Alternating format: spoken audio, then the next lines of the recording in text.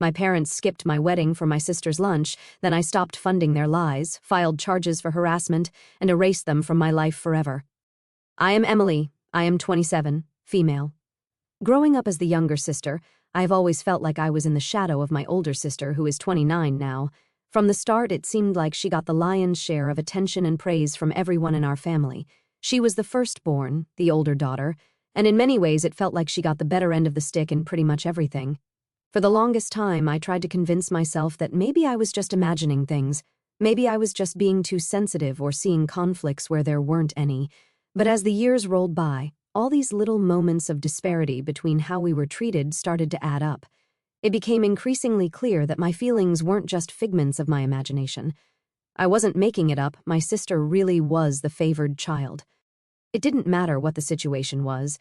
She always seemed to get the benefit of the doubt, even if she did something totally out there, something you would think would definitely not fly with our parents. Somehow she would still come out smelling like roses.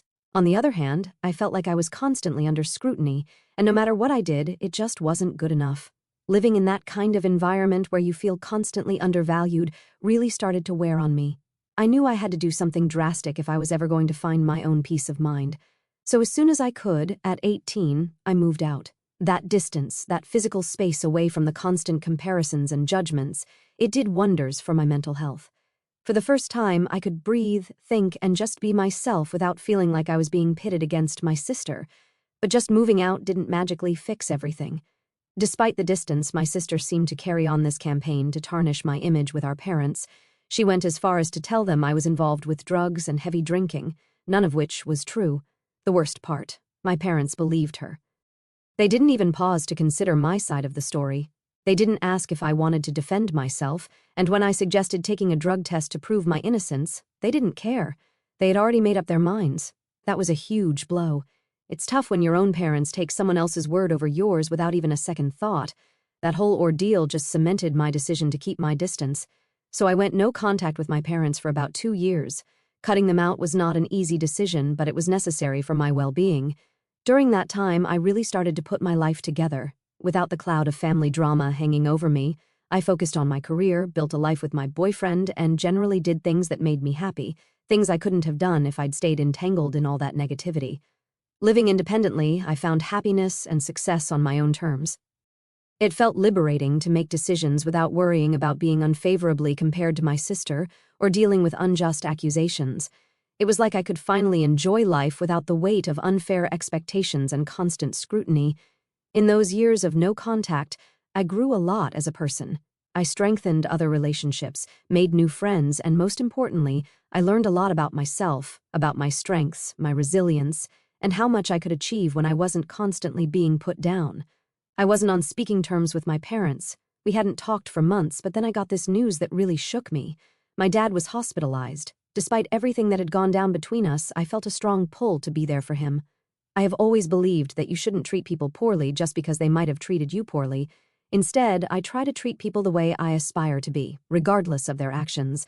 So I decided it was my duty as a daughter to show up for my dad in his time of need. During his hospital stay, I reached out, and we slowly started talking again. It wasn't easy, but it felt necessary. It was like we were cautiously mending the fragile threads of our relationship. My sister, however, wasn't thrilled about this at all. She seemed wary, maybe even a bit threatened by our reconciliation. But I was firm about my decision to reconnect with our parents. I was standing my ground this time. As things started to look a bit better between us, my parents opened up about another issue they were facing, some financial troubles. Maybe it wasn't the smartest move, but I decided to help them out as much as I could. In my head, I thought that by stepping up where my sister had stepped back, maybe they would start to see me as an equal, not just the second choice. This wasn't just about money for me, it was about proving a point, about showing that I could be relied on when it counted, and it kind of worked.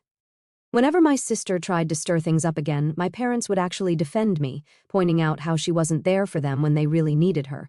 It felt good to know that they appreciated my efforts, even if part of me knew they were probably scared of pushing me away and losing the financial help I was giving them. I knew if they crossed a line again, I wouldn't hesitate to step back, and they knew it too. They needed the help, and they couldn't afford to mess things up with me this time. Some might think I was being manipulative or that I was a bad person for holding the financial aid over their heads, but honestly, I was just tired of being treated like I didn't matter. I was willing to do what it took to change that dynamic, to make sure I was valued and respected in my family. Amid all this family drama, there was a bright spot: my relationship with my boyfriend. We were going strong, and after celebrating our 4th anniversary together, he proposed. I said yes. It felt like things were finally turning around for me personally. My life was on an upswing. I was repairing my relationship with my parents, my career was going well, and now I was engaged to the love of my life. We started planning our wedding, and everything seemed almost perfect. Well, almost perfect, except for one thing: my sister. She couldn't hide her surprise, almost disapproval that I was getting married so young, especially when she herself wasn't even married yet.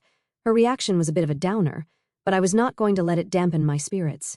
Everything was lined up beautifully for the future. I had managed to establish a somewhat symbiotic relationship with my parents, where we were all getting something we needed from each other. My job was rewarding, my personal life was blooming, and I was excited about what lay ahead. My sister's feelings about my marriage were just another hurdle, but not one that could stop me from moving forward and embracing my happiness. My sister has never really had what you would call a stable relationship. None of her romantic ventures have lasted more than a year, so it is no big surprise that she is not married yet. But despite her own lackluster love life, she had this bizarre idea that because she wasn't married, I shouldn't get married either. Honestly, her logic felt like complete nonsense to me, so I just decided to ignore it. I had my own life to live, and I was excited about my upcoming wedding. The wedding date was set for a weekend to make sure everyone we cared about could attend without too much hassle. I even sent out invitations to my sister and my parents because, despite all the ups and downs, I really wanted my family to be there. It meant a lot to me to have them share in one of the biggest days of my life. Fast forward to last Saturday, the big day, and guess what? My parents didn't show up. At first, you might think something serious must have happened, right? Something urgent that prevented them from coming, but no, nothing like that. The truth hit me like a ton of bricks when I didn't see them at the ceremony. They didn't show up because my sister decided to throw a lunch at her place on the same day as my wedding, and my parents thought it was more important to support her than to attend their youngest daughter's wedding. I cannot even begin to describe how that felt, waiting there at my own wedding, hoping they would walk through the door any minute. I held off the ceremony's start for 30 minutes, clinging to some hope. Then my mom finally showed me a social media post from my sister. That is how I found out where my parents really were. The post showed them all smiling and having a great time, as if they didn't have a care in the world, as if they didn't just skip their daughter's wedding. It was like a punch to the gut seeing them so happy next to her, treating her like she was their only daughter. Right then and there, I made a decision. I was done. Done helping them, done hoping things would change. I decided I was 7 years too late in cutting them off completely, but better late than never. After the wedding, once the guests had left and I had some time to reflect and gather my thoughts, I sent my parents a message. I told them in no uncertain terms that I no longer considered them my parents. They had made their choice, clearly favoring my sister time and again, even though I had always been there when my sister wasn't. They had refused to show me the basic respect of attending my wedding, and in doing so, they lost my respect in return. Since that message, they have tried to reach out, sending excuses, trying to justify their actions, but I am standing firm. I do not plan on softening my stance or pretending everything is okay. They made their choice, and now they have to live with it. However, part of me cannot help but wonder if I am being too harsh. It is a strange feeling knowing I am finally standing up for myself, but also questioning if I am the one being unreasonable here. Am I the a-hole for cutting them off after they repeatedly showed they did not value me, or am I just overthinking this whole situation? That is what I am trying to figure out now. Thought the top comments before the update, OP and not the a-hole. Honestly, you are my hero because I am in a situation similar to yours with a family that is blatant about their favoritism, and honestly, if I could leave, I would do the same thing that you are doing, not the a-hole. They do not deserve to be called mom and dad if they are not willing to be a mom and dad to you. Anyone who thinks otherwise can take a long walk off a short pier here. Update 1. Hey everyone, first off, I just want to say a huge thanks for all the support. It has been a whirlwind, and having you all by my side has meant the world to me. Sorry for the delay in updating you. I was off on my honeymoon, soaking up some much-needed joy after all the drama. I just got back yesterday, and I felt it was time to fill you in on everything and sort through my thoughts. Coming back to everything, I still strongly feel that I am not in the wrong here, but hearing you all confirm that really helps. It is one thing to believe in your own actions, but having that external validation, it is comforting, really reassuring. Since the wedding and after making the tough decision to cut ties, I have been pretty much ghosting my entire family. They have not stopped trying to reach out, though. My inbox is full of messages from them, Texts, emails, social media, you name it. My sister and my parents keep insisting they did nothing wrong, and that I am just overreacting to the whole situation. Honestly, it is exhausting just to see their names pop up on my phone. The financial aspect is another sore point. My parents are especially irritated that I have stopped helping them out with money. They are well aware that my sister is not going to step in and cover for them. She has never had the means, or perhaps the inclination, to help financially.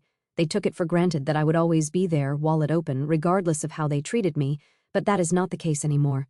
I have shut that door and I plan to keep it closed. The reality is, I hate that I have been put in this position. I hate that they have made me feel like I need to choose between my own peace and their happiness. For years, it felt like I was just a resource to them, not a daughter or a sister who deserved respect and love. That kind of realization stings, it cuts deep. Moving forward, I am not planning on being friendly or reconciling. Some might say that is harsh, but sometimes you have to be firm to protect your own well-being. You have to draw the line somewhere, and for me, that line was watching them choose a casual lunch over my once-in-a-lifetime wedding day. It is a strange mix of emotions to handle, especially as a newlywed. This should be one of the happiest times of my life, and while it is in many ways thanks to my incredible partner, it is also shadowed by this family drama. Yet, despite the bittersweet feelings, I am learning a lot about myself, my boundaries, and what I need to do to maintain my mental health. I really appreciate you guys for sticking with me through this mess. Knowing I have a community that supports me and sees my side of things is invaluable. It makes the tough decisions a little easier to stand by. So thank you, truly. You have helped more than you know. Update 2. So it has been about 3 days since my last update. Things have been pretty hectic. Yesterday, something unexpected happened. My mother showed up at my apartment. I really was not in the mood to deal with any family drama, especially not hers, but according to my neighbors, she had been waiting outside for hours by the time I got home. They mentioned seeing her pacing back and forth, looking pretty anxious. Given that she had been out there for so long, I figured maybe she had something important to say, or maybe she was ready to make some amends. So with a heavy sigh, I decided to let her in. In hindsight, that probably was not the best decision. No sooner had the door closed behind her than she launched into a tirade. She started by accusing me of being a massive jerk for painting them as the villains. Her words stung, especially because they twisted the truth so much. She continued saying that just because I am married now does not mean I should forget about my real family. According to her, I should still prioritize my parents and sister, treat them like my family. I could not hold back. I told her that her idea of family would hold some weight if they had ever treated me like I was actually part of the family, but that was not my reality. Every time I needed them, I was treated like an afterthought, like I was useless. Her showing up now, pretending to care, it felt so fake, so forced. Why now? Why pretend to care when every action they have taken showed the opposite? I also brought up the wedding day, the day she and my dad chose my sister over me. I tried to make her see how much that hurt me, how their actions spoke louder than any words could, but it was like talking to a brick wall. My mom was so entrenched in her own perspective that she could not see how her action could be seen as hurtful or wrong. It was frustrating and sad to witness. She genuinely did not believe she had done anything wrong. Instead, she insisted I was the one overreacting. The conversation was going nowhere. I was getting nowhere with her, and her refusal to acknowledge any fault was just making things worse. Finally, I had had enough. I told her that if she could not come to terms with the fact that she had consistently chosen my sister over me, and if she was not ready to make some real changes in how she treated me, then she should not bother contacting me again. Her response, she called me crazy. That hurt, but I was so done. I stood my ground and told her that if that is truly what she believed, she should leave and not come back. The door closed behind her with a finality that felt like it could be the end of our relationship for good. It was a tough, emotionally charged confrontation, and after she left, I felt a mix of relief and sadness. It is hard cutting ties like that, feeling like your own mother does not get you or even wants to understand you. But at the same time, there is relief in standing up for yourself, in setting boundaries that protect your peace. Now, I am just trying to process everything, figure out where I stand, and how to move forward from here. It is not easy, but I believe it is necessary. So am I the whole for handling it this way, or am I just finally taking the necessary steps to protect my own well-being? That is what I am trying to figure out. Update 3. Hey everyone, thanks so much for hanging in there with me. It has been a minute since I last updated y'all. I really appreciate all the support you have given me, especially after I decided to cut off my parents. Your encouragement means a ton during this tough time. So here is what has been going down since we last chatted. I have not spoken to my mom since our big blow-up. Things ended pretty badly, and we have not patched things up. My dad has been trying to get in touch with me too, but I have been ignoring his calls and messages, just not ready to dive back into that mess yet. And then there is my sister. She actually hit me up on social media telling me to grow up and stop overreacting.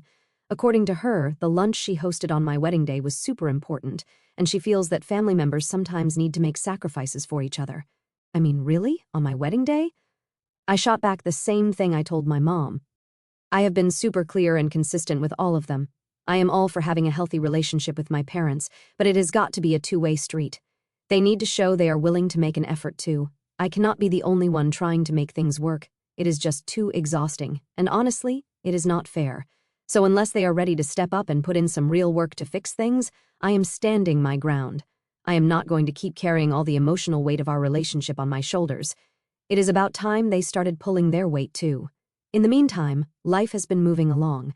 I have been focusing on myself, my own well-being, and spending time with people who actually support and uplift me. It has not been easy, especially knowing that my family situation is so strained, but I am trying to stay positive and keep moving forward. Again, thanks for all the love and support. It helps more than you know. Let us see how things go from here. We will keep you all posted. Update 4. Ever since I moved out and started my independent life, I have been doing my best to keep a healthy distance from my family's chaos. Unfortunately, my sister and my parents seem to have made it their mission to drag me back into the old dynamics we had, the ones I have been working so hard to escape. Starting with my sister, who recently decided to reach out, not with an olive branch, but with a demand for a substantial amount of money. Apparently, she has come up with a business idea and concluded that because I have managed to carve out a stable life for myself, I should fund her venture. Her argument, since I have built a career in life despite the lack of support from our parents, it is only fair that I support her now. Now, the entitlement did not just stop there. When I told her no, she did not just accept it. She actually threatened to take legal action against me, claiming that some of my earnings should rightfully belong to her because, according to her, our parents used funds from her college savings to help me get on my feet, a blatant lie. The conversation quickly spiraled from bad to worse. She tried to manipulate me by saying that if I did not invest in her business, it would be a clear sign that I was still holding on to past grudges and had not really moved on. This twisted logic was her way of guilt-tripping me into complying with her demands, as if dealing with my sister was not enough. My parents have thrown their weight behind her, echoing her claims and demands. They have been painting a picture where it is my duty to step up and help stabilize the family finances by backing my sister's project. During a particularly tense phone call, they laid it on thick, telling me about all the sacrifices they had made for me over the years and how helping my sister was the least I could do to show my gratitude. They even went as far as to say that by helping her, I would be helping the entire family find stability. Their arguments were rich, considering the years of favoritism and uneven support they had shown us. It was clear they were trying to leverage any sense of familial obligation I felt to get what they wanted. The sheer audacity of their demands was staggering. They seemed to have forgotten the years of neglect and disparity in how they treated us, focusing only on what they believed I owed them now. The discussions with my parents did not end with the phone calls. They began sending emails and messages, each one more pressing than the last. They tried to paint a picture of dire financial straits, hinting that their situation was so bad that soon they might have no choice but to move in with me. Yes, they suggested that moving in together would be good for us, a chance to mend our strained relationship and live as one happy family under the same roof. This suggestion was almost laughable if it were not so tragically manipulative. The thought of living together after all the effort I had put into establishing boundaries and building my own life was unimaginable. It felt as though they were trying to encroach on the peace and stability I had fought so hard to create.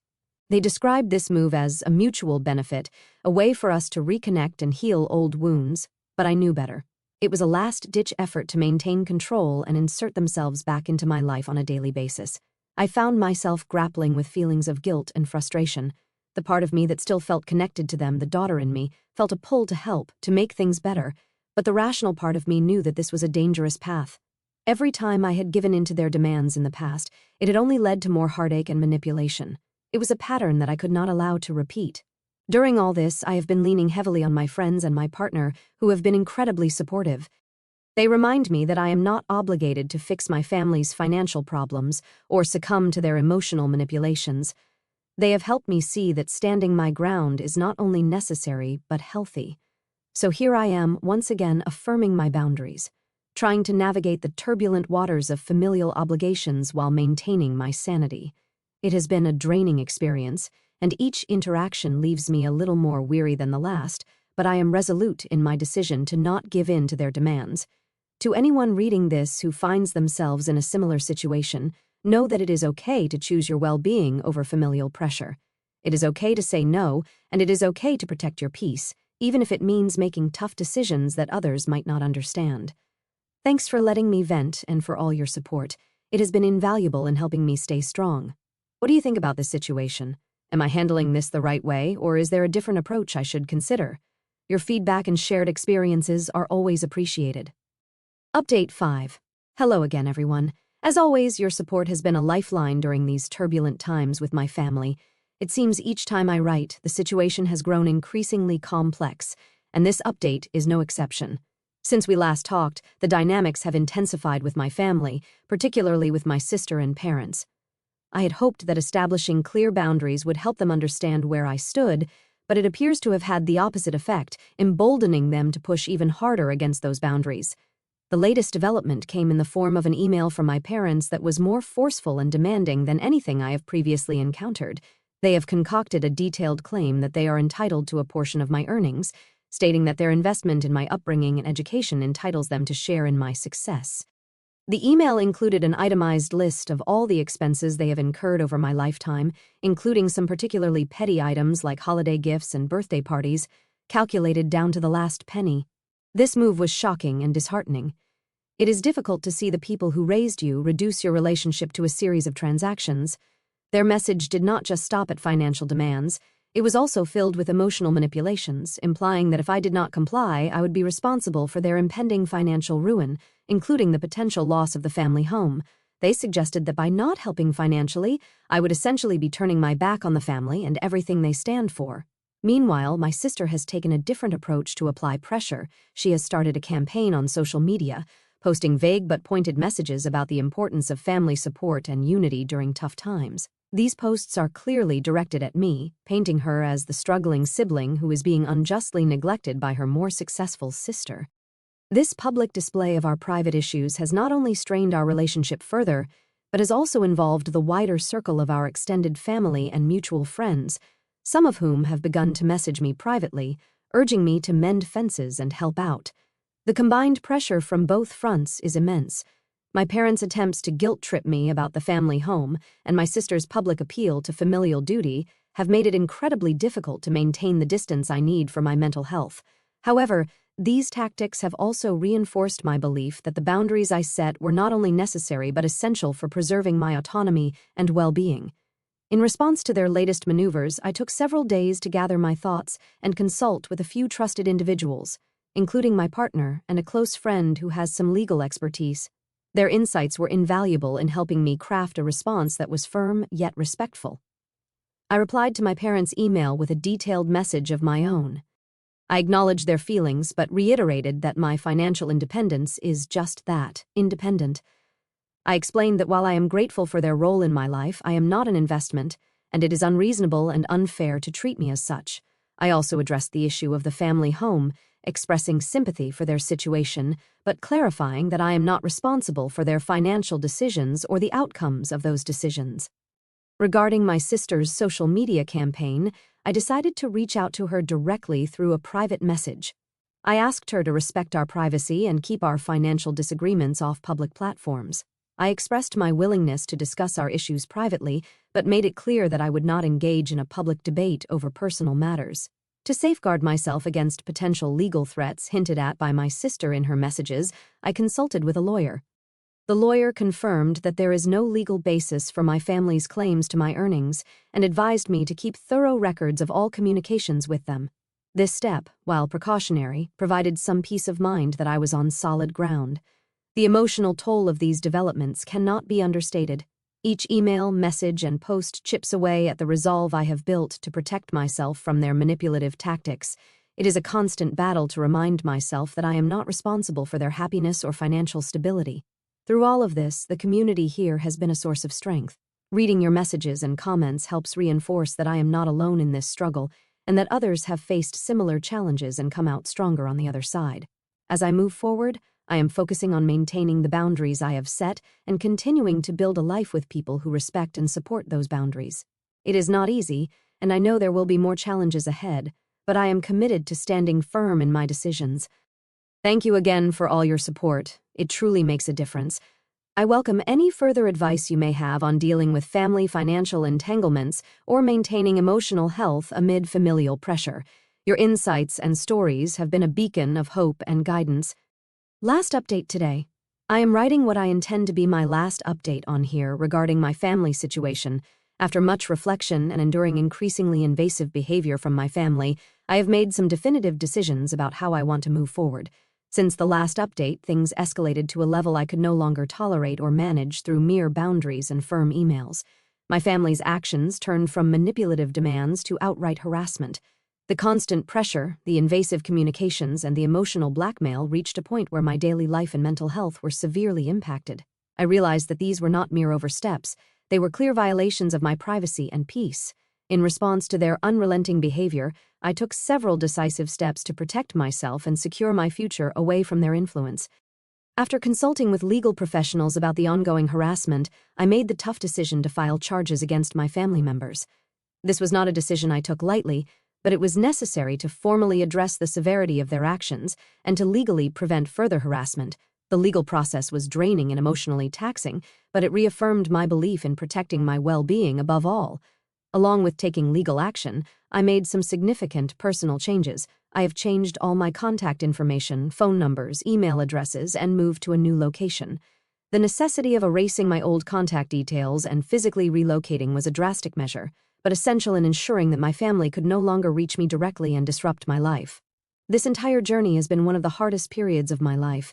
Cutting ties completely with my family was a monumental decision filled with mixed emotions.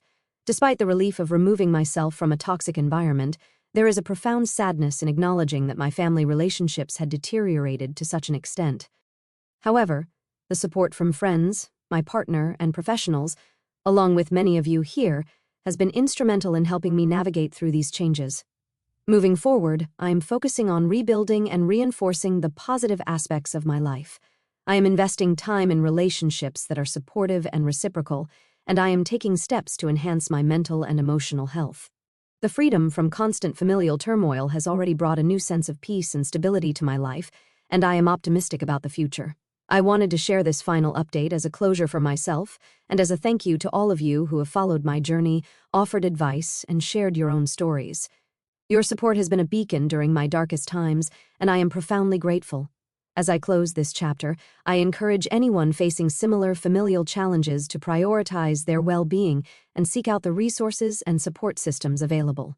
Remember, it is okay to step away from relationships, even familial ones, that cause harm or distress. Taking steps to protect yourself is not an act of selfishness, it is an act of self-respect.